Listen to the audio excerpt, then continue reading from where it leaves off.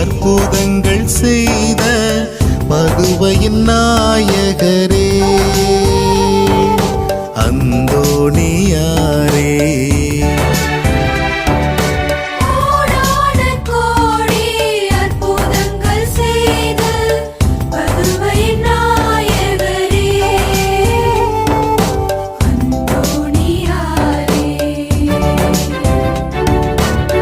உம்முகம் கண்டிடவே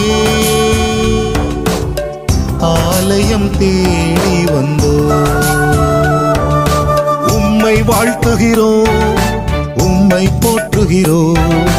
அன்பாய் காத்திடுவீர் எம்மை தேற்றிடுவீர் உம்மை வாழ்த்துகிறோம்